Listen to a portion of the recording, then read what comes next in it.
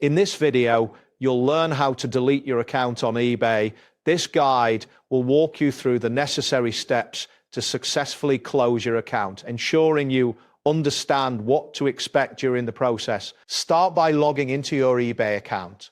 Once logged in, locate your profile icon, which is typically found in the upper right corner of the page. Click on your profile icon to open a drop-down menu. From this menu, select Account Settings to access your account management options. After accessing the account settings, look for the section labeled Account Preferences. This section contains various options related to managing your account. Within this area, find the option to either close or delete your account.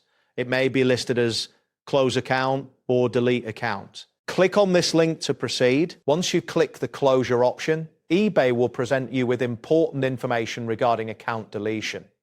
This may include details about any outstanding transactions or payments. It is crucial to ensure that all transactions are completed before you can proceed further. Review this information carefully to understand any implications of closing your account. Next, you will need to confirm your request to delete the account. After clicking the closure link, follow any additional verification steps that may be required. This could include answering security questions or confirming your identity through an email or text message. Once you've completed these verification steps, submit your account closure request. After submitting the request, eBay will process your account deletion.